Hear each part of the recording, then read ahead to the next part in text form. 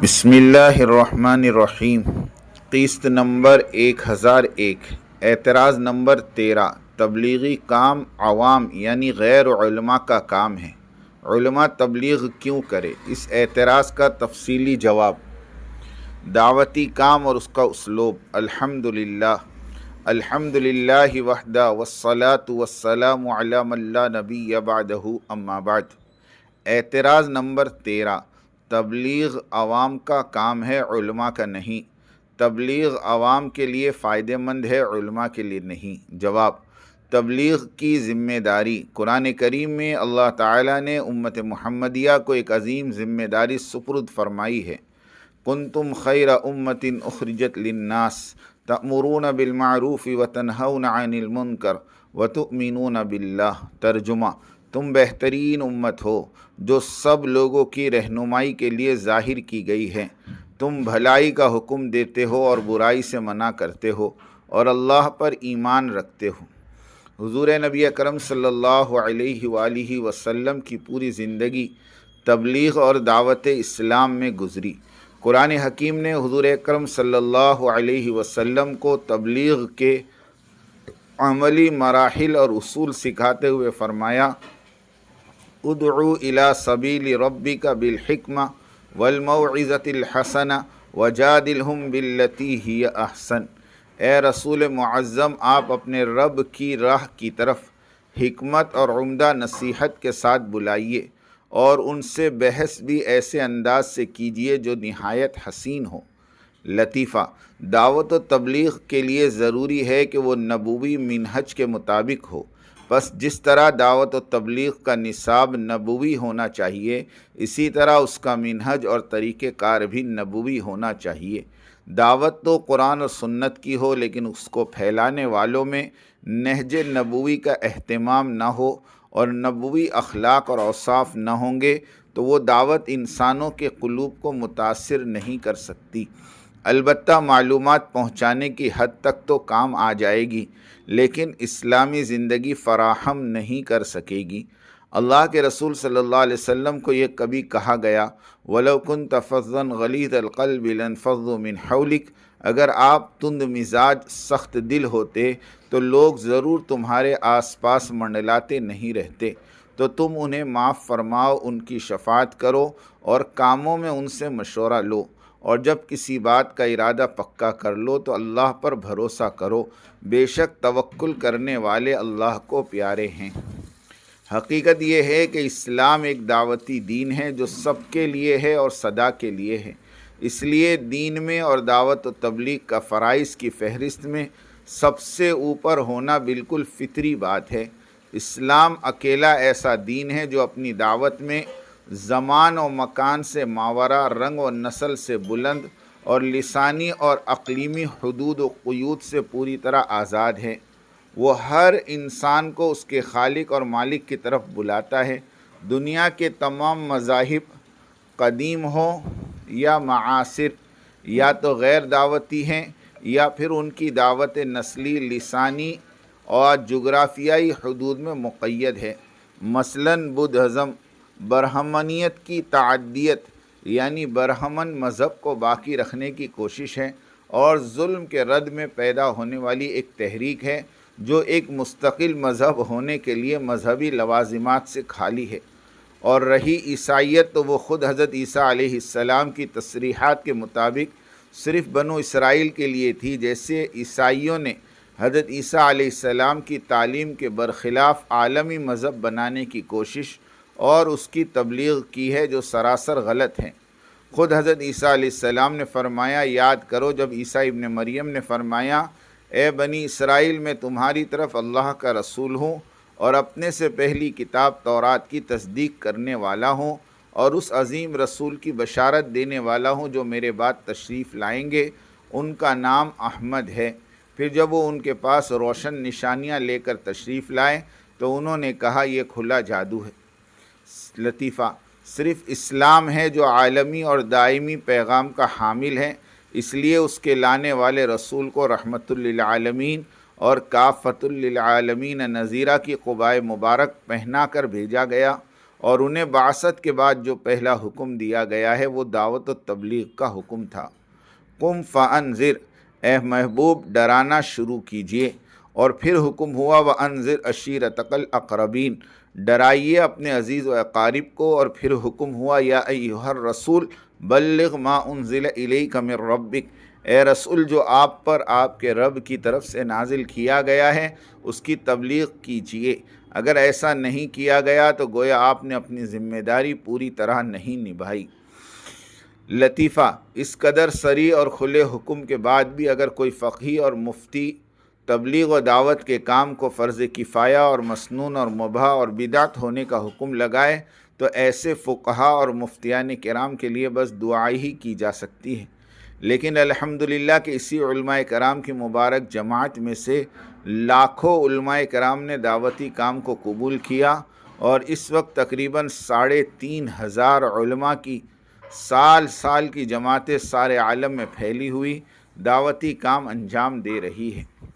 آداب دعوت و تبلیغ، ادعو الی سبیل ربک بالحکمہ، بلائیے لوگوں کو اپنے رب کے راستے کی طرف حکمت سے، موعظت سے اور اچھی طرح بحث و مباحثے سے۔ مسئلہ، حکم دیا جا رہا ہے کہ ادعو یعنی بلاؤ، انسان اور جنات کو، کافر کو، مسلم نیک و بد کو، مرد اور عورت کو، حتیٰ کہ مخنث کو، سبھی کو دعوت دی جائے گی۔ مفتیان کرام کا یہ کہنا کہ دعوت مسلمان کو نہیں بلکہ کافر کو دی جائے گی، یہ کہنا قرآن مجید کے حکم مطلق کو مقید کرنے کے مترادف ہو کر یہ قول تحریف قرآن ہوا۔ لطیفہ، دعوت کی اہمیت کے ساتھ ساتھ داعی کا کردار بھی خاصی اہمیت کا حامل ہے۔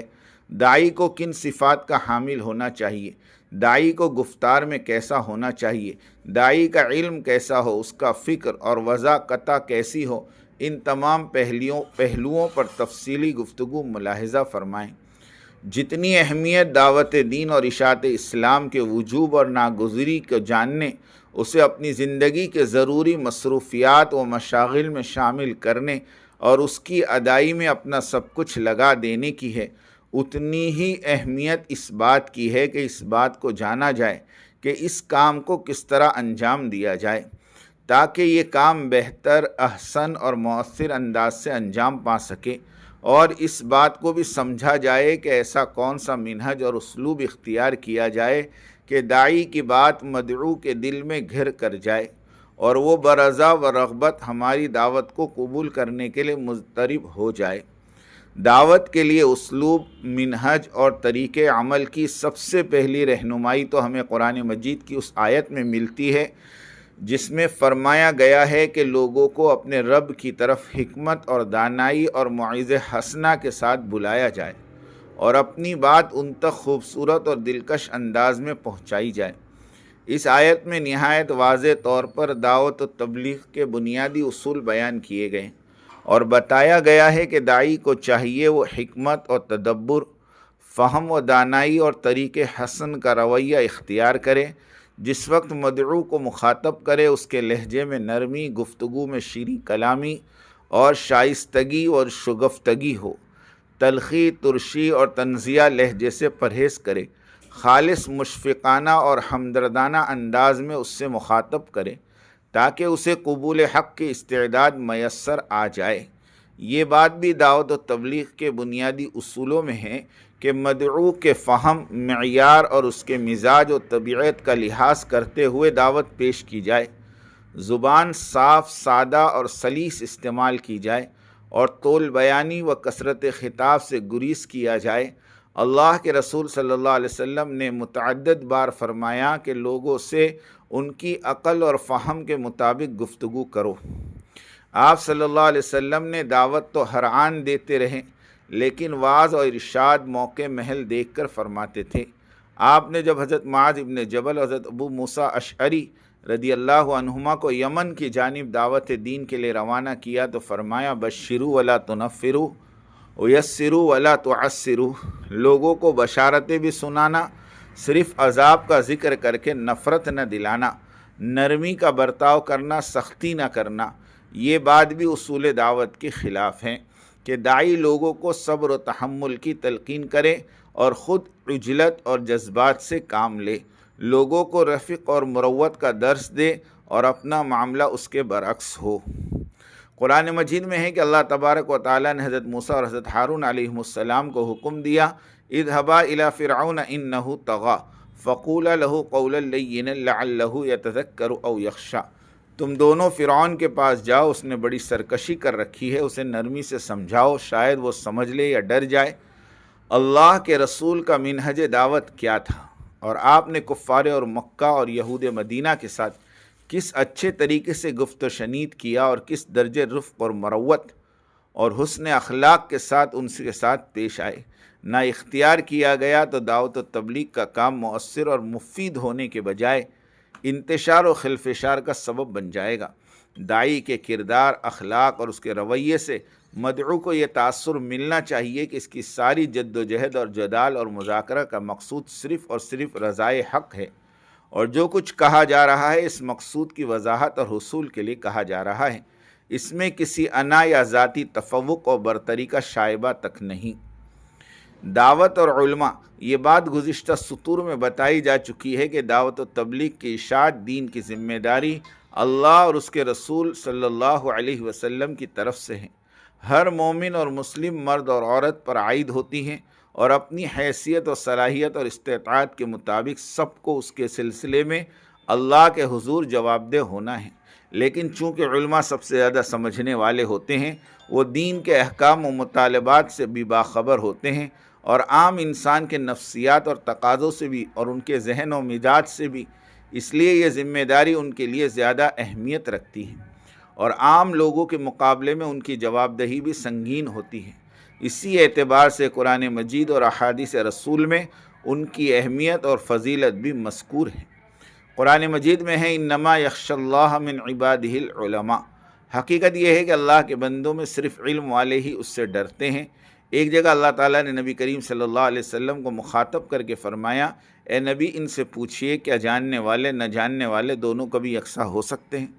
نصیحت تو عقل والے ہی قبول کرتے ہیں۔ اللہ کرے ہماری گزارشات ہمارے محترم المقام علماء کرام کے دلوں کو چھو لیں۔ وباللہ التوفیق وهو المستعان ولا حول ولا قوة الا باللہ۔ اللہ تعالیٰ نکلی ہوئی جماعتوں کی رکھوالی فرمائے، انہیں ہدایت کے پھیلنے کا سبب بنائے، اور انسانیت کی عمومی ہدایت کے فیصلے فرمائے۔ آمین آمین آمین۔